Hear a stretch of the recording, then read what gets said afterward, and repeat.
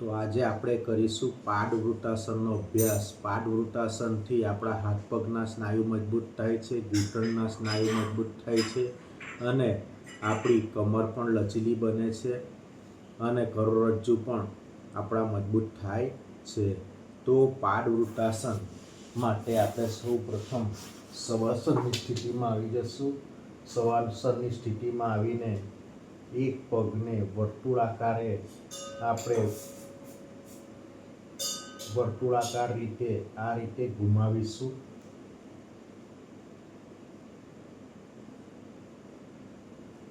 પહેલા ઘડિયાળની દિશામાં ઘુમાવીશું, પછી ઘડિયાળની વિરુદ્ધ દિશામાં। આ રીતે ધીરે ધીરે ઘુમાવાથી આપણા ઘૂંટણ મજબૂત થાય છે।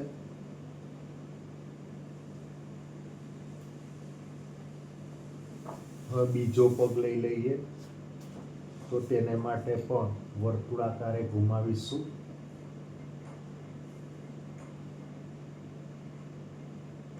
ઓલ્ટરનેટ દિશામાં પણ આ રીતે ઘુમાવતા રહેશું।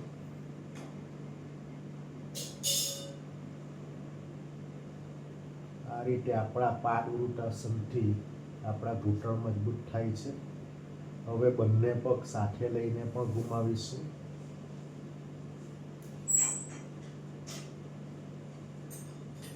વર્તુળાકાર જ ઘુમાવવા જોઈએ, બીજી દિશામાં ઘુમાવવા જોઈએ નહીં। ઓલ્ટરનેટ દિશામાં પણ ઘુમાવતા રહેશું। આનાથી આપણા ચરબીની સમસ્યા પણ દૂર થાય છે।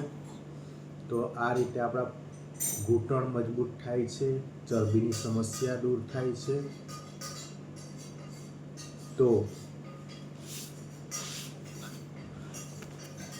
આ રીતે આપણી પેટની સમસ્યા પણ, પાચન તંત્ર પણ મજબૂત બને છે।